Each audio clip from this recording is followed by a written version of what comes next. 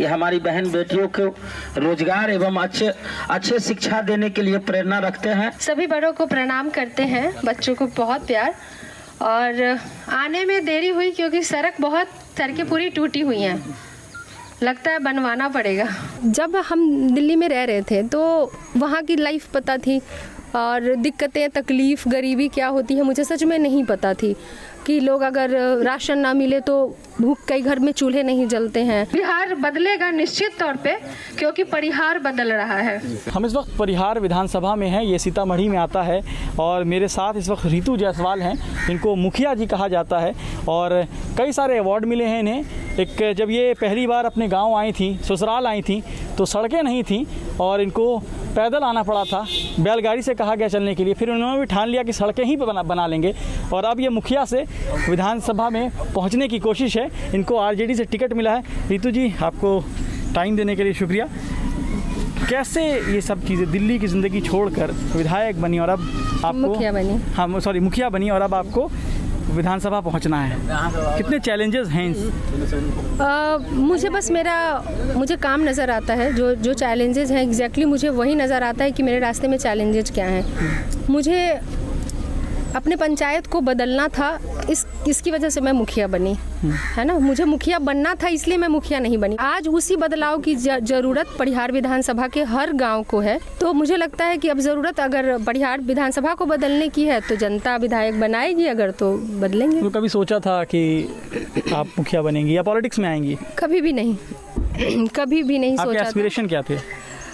मुझे बस जब हम दिल्ली में रह रहे थे तो वहाँ की लाइफ पता थी और दिक्कतें, तकलीफ़, गरीबी क्या होती है मुझे सच में नहीं पता थी कि लोग अगर राशन ना मिले तो भूख, कई घर में चूल्हे नहीं जलते हैं, या अगर मजदूरी ना मिले तो कई ऐसे घर हैं जहाँ चूल्हे नहीं जलते हैं। इन चीज़ों का मुझे नहीं पता था क्योंकि जो मेरी लाइफ थी, जो पारिवारिक ये है। तो लेकिन जब गांव आई, पहली बार गांव आई और गांव में मैंने जाना कि भूख क्या होती है, गरीबी क्या होती है, तकलीफ़ क्या होती है, अपनी जगह पे काम नहीं मिलना और काम की तलाश में बाहर जाना और कई बार जिंदा वापस नहीं आना और कई बार अपाहिज होकर के वापस आना। कई बार ऐसे होते हैं कि 10 बाई 10 के कमरे में बिल्कुल इस तरह से ठूंस के रहते हैं हमारे लोग, आप सोच नहीं सकते। ऐसे कमाना इतना मुश्किल होता है, इतनी आसानी से वो 8,000 या 10,000 या 5,000 अगर अपने घर में भेज पाते हैं, उसके पीछे की उनकी जो मेहनत होती है ना, तो बहुत दुख होता है कि हम कैसी व्यवस्था यहाँ पे बना के रखे हैं कि हम इनकी जगह पे 2 वक्त की रोटी नहीं दे सकते, इतनी मजदूरी नहीं दे सकते क्या कि ये 2 वक्त की रोटी अपने घर में खा सके, उनको दूर ना जाना पड़े। आप मुखिया थी, इसी दौरान आपने जेडीयू ज्वाइन किया। आप जेडीयू का, आपको महिला का विंग का आपको अध्यक्ष बनाया गया इस इलाके का, फिर जेडीयू क्यों छोड़ना पड़ा? जेडीयू में मैं 9 महीने, तकरीबन 9 साढ़े 9 महीने रही। 4 साल तो मैं मुखिया इंडिपेंडेंट ही लड़ी थी और मुखिया ही थी। लास्ट मतलब अभी हालिया ही मैंने जेडीयू ज्वाइन किया था। कारण ये था जेडीयू को छोड़ने का कि हो सकता है वो मुझे कहीं और का टिकट, कि आप सीतामढ़ी चले जाओ और या आप रीगा चले जाओ या सुरसन चले जाओ। कई ऐसे और पार्टीज़ थे जो मुझे ऑफ़र कर रहे थे कि मैडम आपका हमारा सिंबल मिल जाएगा, हमारा छाप मिल जाएगा और आपकी छवि है, तो हमारा छाप और आपकी छवि मिल करके आप निश्चित तौर पे विधायक बन जाएंगी, तो आप परिहार को छोड़िए, आप आ जाइए, हम आपको टिकट देते हैं। तो हमने कहा कि मुझे विधायक ही नहीं बनना है, सिर्फ विधायक बनने की बात हो तो मैं चली जाऊँ, लेकिन मुझे विधायक इसलिए बनना है कि मैं अपनी इस जगह का बदलाव कर सकूं। मेरी कर्म भूमि ये है, आज जिस विधानसभा में मैं घूम रही हूँ वो मेरी कर्म भूमि है। सिवाहिनी पंचायत इसी विधानसभा के अंदर आता है। मैंने यहाँ काम किया है, मैंने यहाँ पे लोगों की तकलीफ़ों की समझे है, मुझे यहाँ के लोगों के साथ जुड़ाव है। आरजेडी क्यों चुना, बीजेपी क्यों नहीं चुना?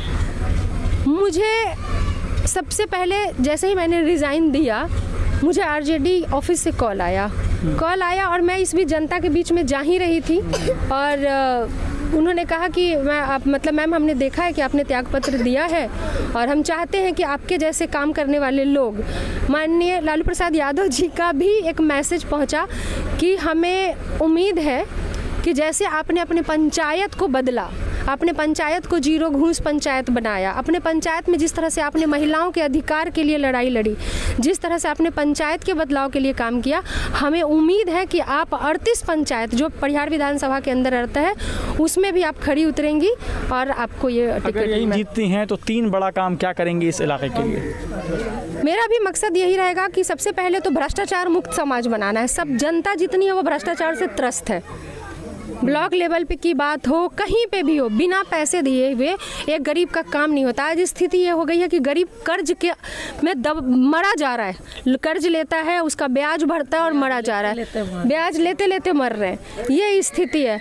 उसके लिए क्या किया जा सकता है? बच्चों के बेहतर एजुकेशन के लिए क्या किया जा सकता है? जो चीज़ें हैं उसको मैं और बेहतर कैसे कर सकती हूँ? एक ईमानदार आवाज़ तो मैं बन करके आवाज़ उठा ही सकती हूँ ना। रास्ते में बहुत ज़्यादा गड्ढे थे, बहुत सड़कें ख़राब थी, तो इसीलिए मैंने आपसे पूछा क्या मैं अब दोबारा आऊँगा यहाँ तो उम्मीद करूँ कि ये सड़कें बन चुकी होंगी। जनता पहले अपना निर्णय दे दे।